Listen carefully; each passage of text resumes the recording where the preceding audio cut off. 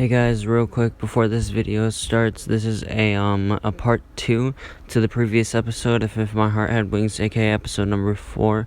I hope you guys enjoyed the last episode, and this is just a really quick announcement that I did reach 50 subs, and I am thankful, and thank you so much that I did, and also that this is part 2. So hope you enjoyed the video. See ya.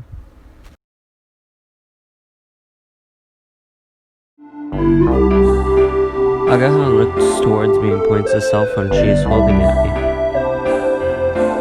I thought that if you were still here, we could leave together. I called you several times, but you didn't answer. I told AGEHA that I would take a look at the club activities before leaving. Can you look at the call history? I left it at the dormitory. Huh? Why? That defeats the purpose of having a cell phone. Doesn't it say in the school rules that you can't bring cell phones to school? Yes, that's true, but does anyone actually follow that rule? It's alright if you don't get caught, it seems. In my case, I'm not too worried about the school rules. It's just too bothersome to carry a cell phone around with me. Even though I got your number, it didn't even mean anything. How do you know my number? 5 years ago, when I left Kazigara, I was still a kid, so I didn't have a cell phone. I got it from Anchan earlier. He gave me your text address too, so I can bombard you with texts. What? Don't bother, it's too much of a hassle. Writing texts on a cell phone is too fiddly, which is a real pain, so I don't really like it. But it looks like AGEHA isn't listening to me and has started walking on ahead. Okay, shall we head back? I guess.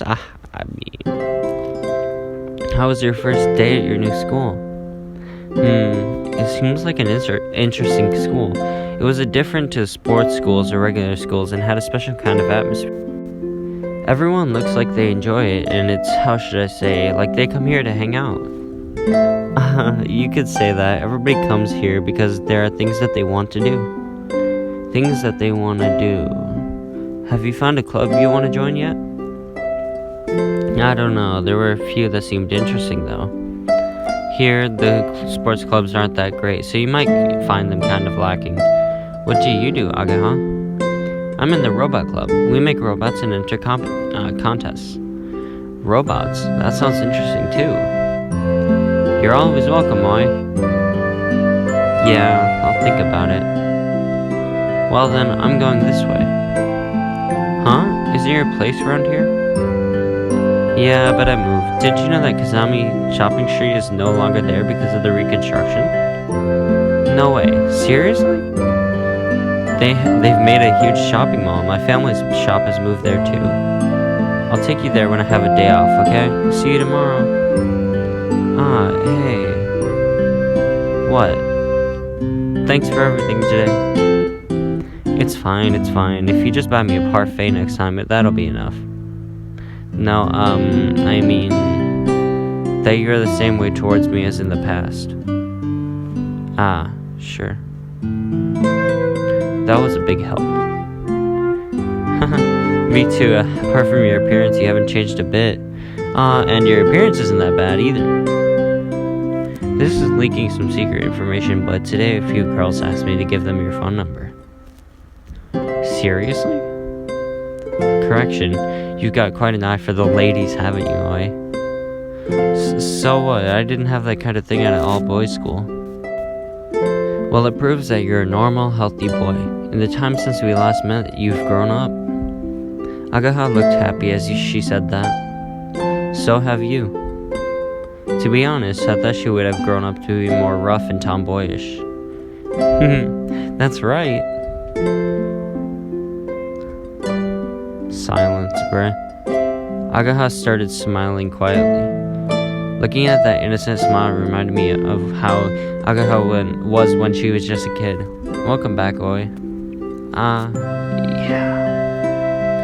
Haha, see you again tomorrow, old buddy. Bam. Ouch! She gave me a big slap on the neck. See ya. AGEHA gave me a big wave and then turned the corner. Ouch, you fucking shithead bitch. She She might have gotten a little cuter, but she really hadn't changed on the inside.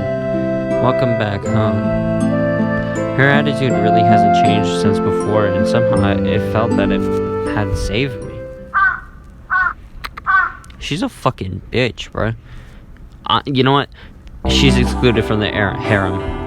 After AGEHA and I went our separate ways, I did the shopping for dinner on the way back. It's gonna be hot again tomorrow, so I have to give them some food that will give them stamina. Enthusiastically, I put the menu together in my head. Oh no, I forgot to buy milk. Bruh. There was a convenience store right in front of me. 5 years ago, there was a tobacconist here. It's a little expensive, but I don't have time to go back to the supermarket. I thought to myself, la la la. Wheelchair girl, the automatic doors opened and the one with the self-proclaimed cool allure left the shop. She had a bag on her lap and she had a smile on her face, which was the exact opposite of cool. She didn't notice me and went back in the direction of the dormitory. It's her. She didn't go to school, so what is she doing? I gave up on buying the milk and followed Katori. Damn, stock. When she got back to the dormitory, Katori opened the front door just slightly. Hat. She called Hat from the other side of the door and spoke to him about something. She was sneaking around and seemed really suspicious. Go ahead and see if he's here or not. You know, that guy, that mean boy. Bruh. Is she talking about me? This is a girls' dormitory, so I'm the only boy here. I don't remember being mean, though. I don't know why, but it would appear that she is sneaking around to avoid being found by me. If that's how you feel, I headed for the back door to the dormitory. Bruh. I'll hide in the kitchen for now. Come on, Hat, please don't snitch. If this is about me, tell her I'm not here. Quack. Please don't snitch. I doubt that he got the message, but wiggled his butt as he left the dining hall and headed for the entrance. While I'm waiting in ambush, I put the food I bought in the fridge. After a little while... Where did she come in? When Katori came into the dining hall, she went straight for the cupboard and took a spoon. Without taking out a dish, she stayed seated in her wheelchair. She put the shopping bag from the convenience store on the table. Inside was... HAREM? What the fuck is that? Is that like a flavored condom? Needless to say, it was top quality ice cream. Not only that, but it was family size. Guys, we're gonna get a fan service scene. It's the big pot that costs 2,500 yen. She opened the lid, and in her right hand, she had the type of spoon that you'd eat things like curry with. Go! I'm finally gonna do it. Quack! Katori's spoon was still above the smooth surface of the HAREM, and then she dug a big hole in it. One scoop like that would be about 100 yen, and she stuffed the whole thing in one mouthful. Whew! I'm so happy. She brought her hand to her cheek as though she was flooded in happiness from the bottom of her heart. What is she doing? Seeing what she was doing made hiding and watching her seem pretty ridiculous. Without knowing I was watching, Katori began to shovel in more and more ice cream like a construction sheet. Yum, yum, yummy, yummy. Even if it was only 105 yen ice cream, you'd savor the flavor more than that. It's so yummy. With the next mouthful of ice cream, Katori suddenly lowered her head, holding her temples. Quack? I'm okay, just a little brain freeze. To be able to get brain freeze from eating too much HAREM is the very height of luxury. During this little pause, Katori opened up her notebook. There is something written there. I sneak up a little closer behind her. Quack, quack. Shh. Fuck off, Hat. Just as one. Next to the words, eat as much HAREM as I want, Katori happily wrote the word done. Ha ha ha. Mission complete. It seemed to be some sort of list. Things I want to do. That was the title, and there were bullet points below. Stroke the head of the big dog in the neighborhood. It's really scary, but it might be unexpectedly friendly. If possible, I'd like to ride around on his back. Fill the bath with water and swim in it like a pool. Pie throwing. And so on. Among those was go and see Windmill Hill, with done written next to it. What is this? I don't know. Whoa! Katori scream pierced from my right ear and out my left. Whoa, what are you doing here? Why are you here? I was here before you were. But there's no way. Her mouth was open in shock and she looked at Matt. Quack. Well, I guess it's no good sending a dog to scout the place out. Even if he was able to completely grasp what his responsibility was, there's no way he could convey the message. Katori seemed ashamed and looked away. I'm sorry I surprised you. You were sneaking around, so I was wondering what you were doing. What if she was smoking weed? I didn't mean to spoil her personal enjoyment. What if she was getting high, bruh? You really are mean. Then you would have to, call the... What are you just gonna call the cops? You gonna snitch? I went back to the kitchen to get things ready for dinner. Katori's face seemed to say, now it only tastes half as good as she sulkily ate the ice cream. Why are you taking time off school? She ain't gonna tell me. I caught a cold. She is blatantly lying. Would someone who caught a cold be eating ice cream? I'm the dorm mother, I have to make sure the boarding students have the right kind of lifestyle. I don't remember accepting you as the dorm mother. Anyway, isn't it strange for a boy to be a dorm mother?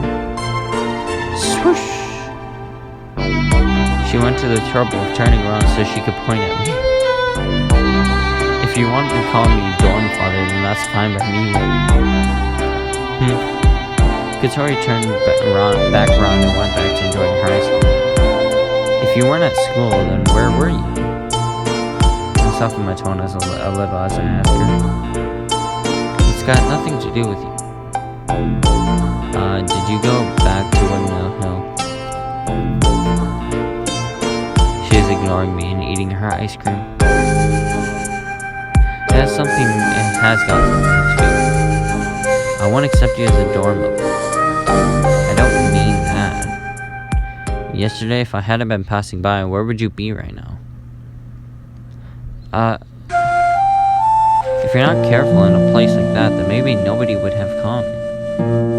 If you can't move your wheelchair, what would you do? What would you have done by yourself? Do you still think it's got nothing to do with me? I'm not accusing her of anything. That's why I try to speak as gently as possible so as not to sound too harsh.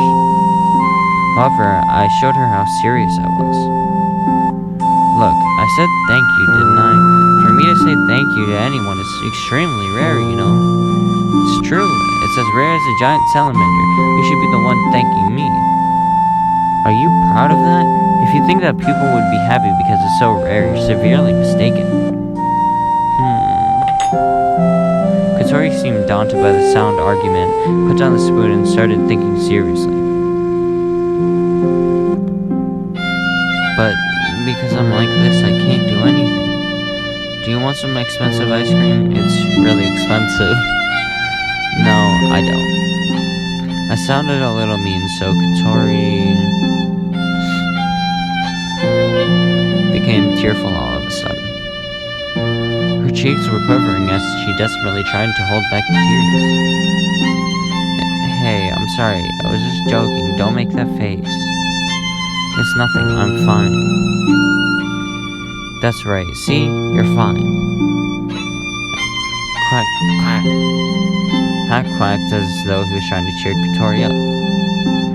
I wouldn't tell you to say thank you, would I? It's just that if you go out without telling anyone where you're going, it's kind of dangerous, you know?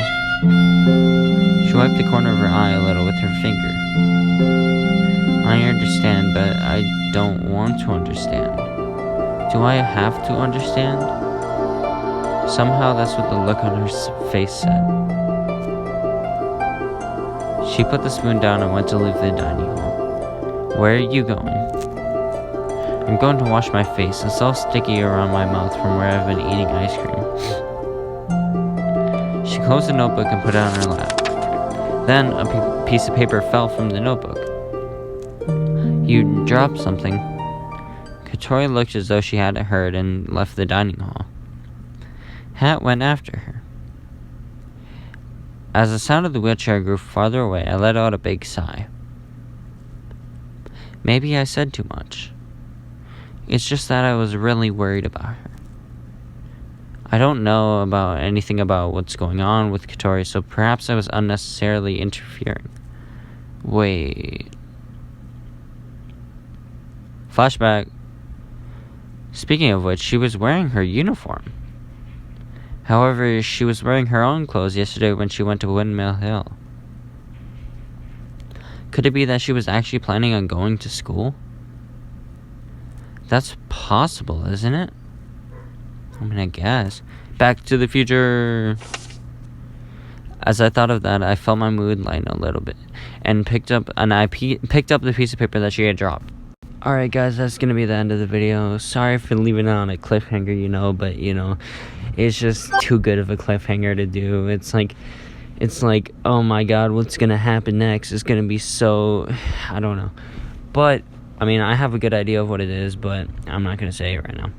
Anyways, I hope you guys really did enjoy the video. It took me a long time to make this, and we're trying to get to 50 subs by the end of 2020. So if you're in the market for like new subscriptions, just please go down there and hit the sub button. Just consider it. Maybe the like button too. And let me know down in the comments what you think is gonna happen next. But anyways, I'll see you later.